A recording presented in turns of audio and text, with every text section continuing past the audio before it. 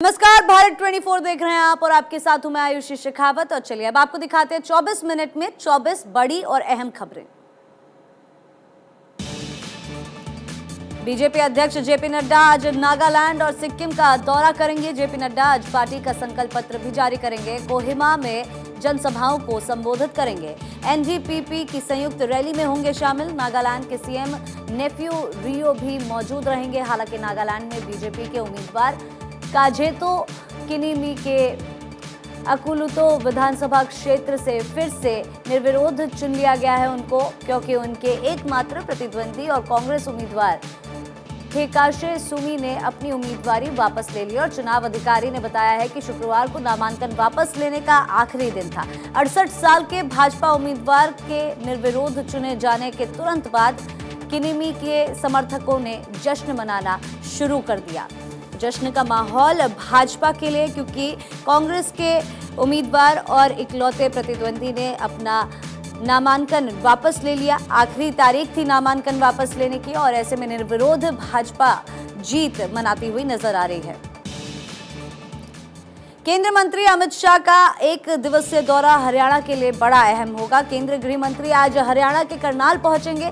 यहां वे मधुबन पुलिस अकादमी में आयोजित कार्यक्रम में पुलिस को राष्ट्रपति कलर प्रदान करेंगे। केंद्रीय गृह मंत्री हरियाणा पुलिस की कॉफी टेबल बुक का विमोचन भी करेंगे और इस दौरान हरियाणा के मुख्यमंत्री श्री मनोहर लाल, उप मुख्यमंत्री श्री दुष्यंत चौटाला, गृह मंत्री श्री अनिल विज व अन्य कैबिनेट मंत्री व गणमान्य लोग उपस्थित होंगे।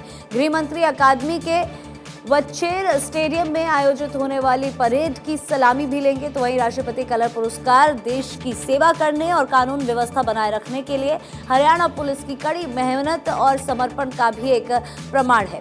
ये निशान मिलना हरियाणा सहित समस्त राष्ट्र के लोगों के लिए गर्व का क्षण है। सूत्रों के मुताबिक अमित शाह हरियाणा प्रदेश भाजपा के बड़े नेताओं के साथ एक बैठक भी कर सकते हैं और इसमें राहुल गांधी की भारत जोड़ो यात्रा के असर और उसके तोड़ पर फीडबैक लिया जा सकता है। यही नहीं, 2024 में होने वाले विधानसभा और लोकसभा चुनाव की तैयारियों पर भी शाह संगठन के नेताओं के साथ चर्चा कर सकते हैं। एमपी में अब गुंडों और माफियाओं की खैर नहीं है। सीएम शिवराज सिंह ने कड़े शब्दों में कहा कि यदि कोई माफिया और बदमाश अपनी चाल से बाज नहीं आया तो उनके घरों पर बुलडोजर चलाया जाएगा। उन्होंने कहा कि मानवता के दुश्मन है जो समाज के दुश्मन है, माताओं और बहनों का सम्मान नहीं समझते, उनको नहीं छोड़ा जाएगा।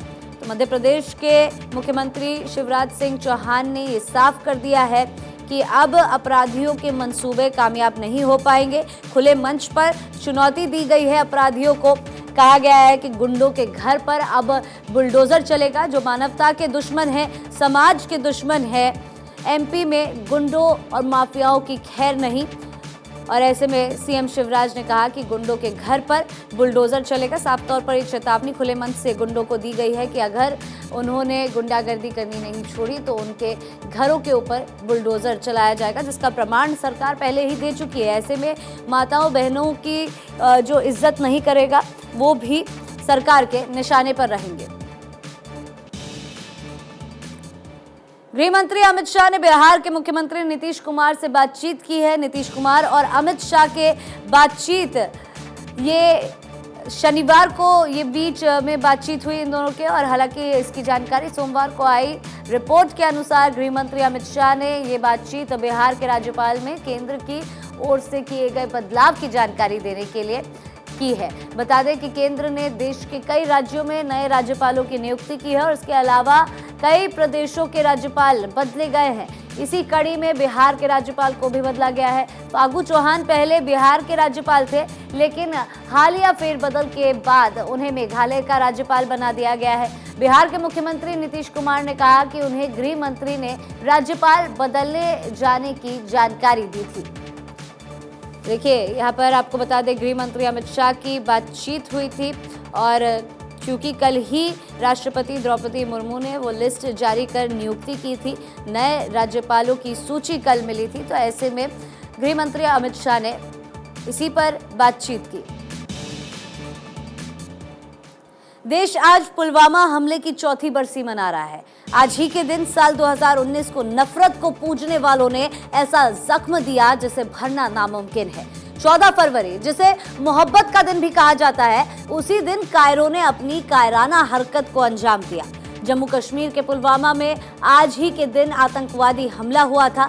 सीआरपीएफ जवानों की एक बस से जैश के आतंकियों ने विस्फोटक से लदी कार भिड़ा दी थी और एक झटके में 40 से ज्यादा सपूतों को देश ने खो दिया था।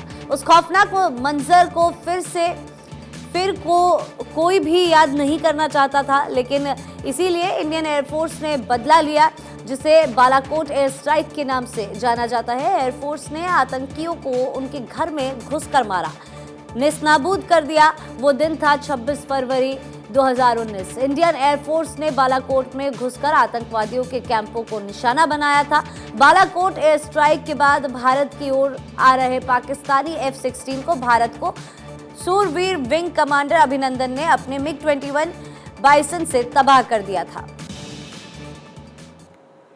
महाराष्ट्र के उप मुख्यमंत्री देवेंद्र फडणवीस ने सोमवार को बड़ा खुलासा किया। उन्होंने कहा कि 3 साल पहले जब उन्होंने एनसीपी के साथ मिलकर सरकार बनाई थी तो उसमें शरद पवार की भी सहमति थी। दरअसल 2019 में हुए विधानसभा चुनाव में भाजपा शिवसेना ने मिलकर चुनाव लड़ा था। दोनों ने बहुमत का आंकड़ा पार भी कर लिया था, लेकिन बाद में शिवसेना और भाजपा में बात नहीं बन पाई। इसके बाद देवेंद्र फडणवीस ने तड़के राजभवन में अजित पवार के समर्थन के साथ सरकार बना ली थी और इस बारे में बड़ा खुलासा करते हुए उन्होंने कहा कि उस समय एनसीपी सुप्रीमो शरद पवार की सहमति से भाजपा एनसीपी सरकार के गठन की तैयारी की गई थी और इसके बाद राज्यपाल भगत सिंह कोश्यारी ने तड़के मुख्यमंत्री के रूप में देवेंद्र फडणवीस और उप मुख्यमंत्री के रूप में अजित पवार को शपथ दिलाई थी। हालांकि सरकार सिर्फ 48 घंटे में ही गिर गई थी। महाराष्ट्र के उप मुख्यमंत्री देवेंद्र फडणवीस ने सोमवार को ये बड़ा खुलासा किया।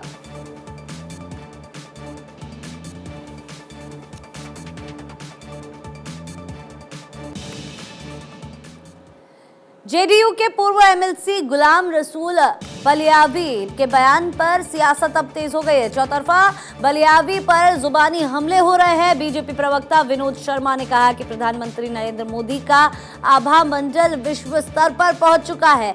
विरोधी दल इससे चिंतित और भयभीत है और इस वजह से अपने अब ऊट-पटांग बयानबाजी कर रहे हैं। ऐसे लोगों के पास कोई काम नहीं है। वहीं आरजेडी प्रवक्ता शक्ति यादव ने तो बलियावी के बयान पर ज्यादा कुछ नहीं बोला, लेकिन बीजेपी पर जमकर हमला बोला और कहा कि कौन सेना के लिए आरक्षण मांग रहा है, ये महत्वपूर्ण नहीं है। महत्वपूर्ण यह है कि 2024 का चुनाव बेरोजगारी और महंगाई के मुद्दे पर होंगे। बता दें कि गुलाम रसूल बलियावी ने कहा था कि पीएम को अगर पाकिस्तान से डर लगता है तो वो 30% मुसलमानों को फौज में भर्ती करें, हम जवाब दे देंगे। रामदेव का लश्कर-ए-तैयब से कनेक्शन बताया तो बाबा बागेश्वर धाम के धीरेन्द्र शास्त्री को बहरूपिया तक कह दिया। रामचरितमानस पर सुलगा विवाद शांत होने का नाम नहीं ले रहा है और बिहार के पूर्व मुख्यमंत्री जीतन राम मांझी नवादा से गरीब संपर्क यात्रा की शुरुआत कर चुके हैं। उन्होंने सबसे पहले जयप्रकाश नारायण की प्रतिमा पर माल्यार्पण किया। इससे पहले शनिवार को एबीपी से खास बातचीत में उन्होंने रामायण की कुछ पंक्तियों को गलत बताया और उसे हटाने की बात भी कही। उन्होंने कहा कि रामायण को हम भी मानते हैं, मेरे लिए भी पूज्य महाकाव्य है, लेकिन उन्होंने कहा कि रामायण से ही रामचरितमानस का सृजन हुआ है और रामायण को वाल्मीकि जी ने लिखा है। फिर भी वाल्मीकि जी की जयंती क्यों नहीं मनाई जाती है, उनको क्यों नहीं पूजा जाता है। पूर्व मुख्यमंत्री ने इस पर कई तरह के सवाल उठाए। देखिए, रामचरितमानस अब एक ऐसा विवाद है जो बहुत लंबे समय से चल रहा है और शांत होने का नाम नहीं ले रहा है, क्योंकि रुक रुक कर उसके ऊपर बयानबाजियां हो रही है, जिसके बाद वो चर्चा का विषय फिर से बन जाता है। रामचरितमानस की पंक्ति पर सवाल उठाए गए।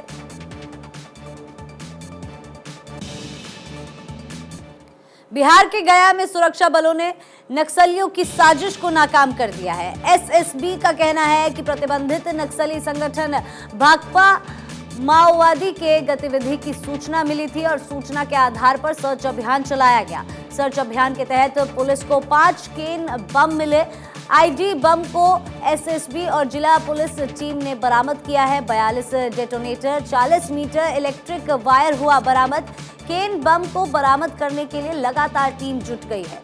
कुल 5 केन बम बरामद किए गए हैं और सभी 5 केन बम को बरामद कर शाम को डिफ्यूज कर दिया गया है। तो बता दें, सर्च ऑपरेशन के दौरान बम बरामद किया गया है। बिहार के गया में नक्सली साजिश को नाकाम कर दिया है। बिहार के गया में ये जो नक्सली साजिश होने वाली थी, 30 किलो का 5 केन बम बरामद किया गया है। 40 डेटोनेटर और इलेक्ट्रिक वायर भी यहां पर बरामद किए गए हैं।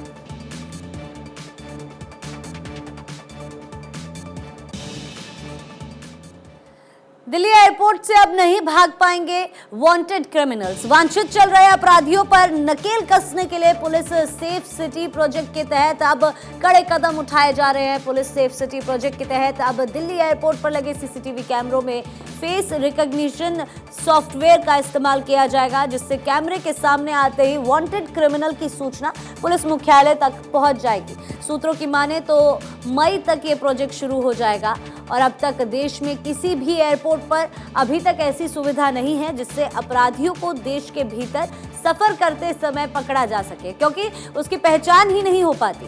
जबकि विदेश जाने वाले वांछित अपराधियों को पकड़ा जा सकता है, वो भी तब अगर उनके खिलाफ लुकआउट सर्कुलर जारी हो रखा हो तो। ऐसे में इस सॉफ्टवेयर के जरिए वांटेड क्रिमिनल को पकड़ने के लिए इस सॉफ्टवेयर को मई से प्रयोग में लाया जाएगा और आखिरी बार इस सॉफ्टवेयर को दिल्ली पुलिस ने 15 अगस्त को लाल किले के कार्यक्रम पर भी इसका इस्तेमाल किया गया था।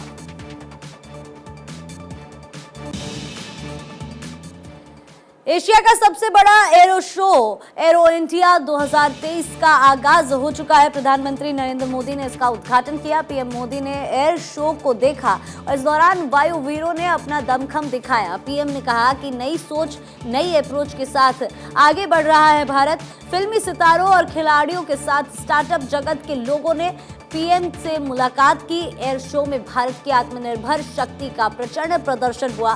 तेजस प्रचंड और LUH ने अपनी ताकत दिखाई तो सूर्य किरण ने आसमान में समा बांध दिया। 5 दिवसीय प्रदर्शनी की theme the runway to a billion opportunities रखी गई है और भारत ने एशिया के सबसे बड़े और 14वें एरो शो में भाग लेने के लिए दुनिया भर के प्रतिनिधि भी शामिल हुए। दरअसल बता दें कि दुनिया के लिए भारत एक बड़ा मार्केट है और भारत को भी स्वदेशी विमान और हेलीकॉप्टर दिखाने का अच्छा मौका होता है। ऐसे में ये एयर शो देश के लिए काफी अहम है।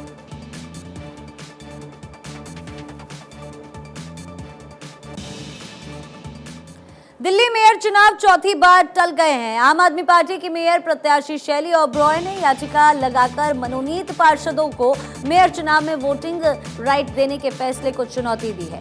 कोर्ट ने सोमवार को कहा कि हम इस पर 17 फरवरी को सुनवाई करेंगे। इस कारण दिल्ली मेयर चुनाव टल गए हैं और पहले चुनाव 16 फरवरी को होने वाले थे। आम आदमी पार्टी की मेयर प्रत्याशी ने कोर्ट की निगरानी में चुनाव कराने की मांग की है। सोमवार को सुनवाई के दौरान CJI DY चंद्रचूड़ की अध्यक्षता वाली पीठ ने कहा कि कानून बिल्कुल स्पष्ट है कि मनोनीत सदस्यों को वोट देने का अधिकार नहीं है। इसके बाद LG के कार्यालय की ओर से बताया गया कि 16 फरवरी के चुनाव को स्थगित कर दिया गया है। LG VK सक्सेना की ओर से मनोनीत 10 MCD सदस्यों को वोट देने की अनुमति के फैसले का आम आदमी पार्टी ने कड़ा विरोध किया। इस कारण 6 जनवरी, 24 जनवरी और 6 फरवरी को पार्षदों की बैठक में भाजपा और आम आदमी पार्टी ने जमकर हंगामा किया। इस कारण मेयर का चुनाव नहीं हो सका और दिल्ली नगर निगम अधिनियम भी कहता है कि मनोनीत सदस्य या एल्डरमैन सदन की बैठकों में मतदान नहीं कर सकते हैं। मशहूर बिजनेसमैन एलन मस्क ने जब से सोशल मीडिया प्लेटफॉर्म ट्विटर के मालिक वो बने हैं, तब से लगातार कोई ना कोई बड़ा फैसला लिए जा रहे हैं। पहले ब्लू टिक के लिए सब्सक्रिप्शन चार्ज और फिर अब अलग अलग लोगों या संस्थाओं के लिए अलग अलग रंग की टिक का ऐलान। और अब एक और बड़ा फैसला, इस बार ट्विटर ने ब्लू टिक वाले यूजर्स को बड़ा झटका दे दिया है। दरअसल ट्विटर अब यूजर्स का ब्लू टिक हटाने की तैयारी कर रहा है, जिनको सब्सक्रिप्शन पॉलिसी से पहले ही ये सुविधा मिल गई है। आपको बता दें कि ऐसे यूजर्स को ब्लू टिक की सुविधा फ्री में मिली हुई है। एलन मस्क ने ये स्पष्ट कर दिया है कि जल्द ही ट्विटर के वेरीफाइड यूजर्स का ब्लू टिक हटा लिया जाएगा। ऐसे यूजर्स फिर से ब्लू टिक का सब्सक्रिप्शन ले सकते हैं। आपको बता दें कि इससे पहले जानी मानी हस्तियों जैसे कि जर्नलिस्ट, पॉलिटिशियन और सोशल वर्कर को ब्लू टिक दे देता था, लेकिन एलन मस्क ने अब ये प्रणाली खत्म कर पेड सब्सक्रिप्शन शुरू कर दिया है। आपको बता दें कि एलन मस्क ने इंडिया में भी ट्विटर यूजर्स के लिए पेड ब्लू टिक सब्सक्रिप्शन लागू कर दिया है, जिसके तहत यूजर्स को अब ब्लू टिक मार्के के लिए मोबाइल फोन से मंथली प्लान लेना पड़ेगा।